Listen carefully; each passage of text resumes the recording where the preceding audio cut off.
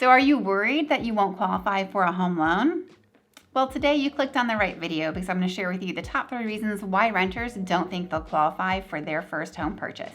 I'm Rachel Inman with your Smart Mortgage Guide channel, and I'm going to tell you how you can qualify for your first home loan. The first reason why people think they may not qualify for a loan is the down payment. And yes, you should expect to have a down payment between 3 and 5% on your home loan, unless you're using a home loan product that does not require a down payment. However, you should know that on a down payment, you can pull funds from a variety of different sources, such as a retirement account, investment stock accounts that you may have, and you can also ask your family for a gift that can be documented so that you can use those funds towards a down payment. The second hurdle could be closing costs, and you should plan for closing costs to be an estimate between 3 and 4% of the purchase price. Now, you can pay closing costs on your own, or you can ask your realtor to negotiate some closing costs in your home sale contract. This means the seller can actually offer to pay some of your closing costs for you on your behalf. And lastly, you may be concerned about all the new expenses with owning a home, such as landscaping and any repairs that may need to be made. This is why we highly recommend that you keep low monthly debt expenses as low as possible and set aside an emergency fund for any emergency home repairs. So now let's run through the math. Let's say your current rent payment today is $1,200 a month.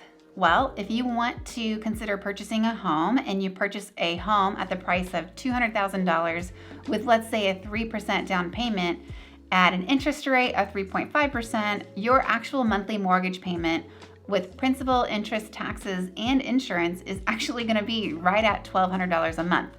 So your new mortgage payment could be the same as what you're paying in rent today.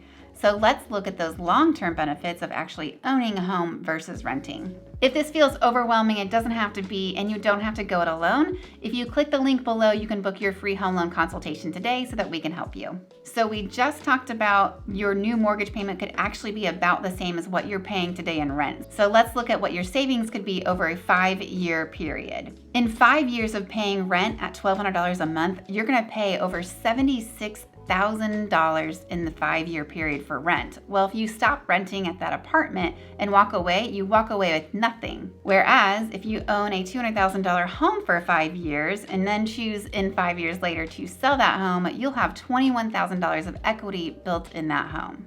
So now let's look at what your savings would be over the course of a 30-year loan, meaning in 30 years you could pay off your home. Let's look at how much rent you would pay in 30 years. This is a graph that shows if you pay rent at $1,200 a month for 30 years, you'll have paid over $680,000 in rent. However, if you own a home for 30 years and pay off that home, you'll have full equity in that home, and you'll have spent just over $100,000 in interest to pay off that home over the course of 30 years.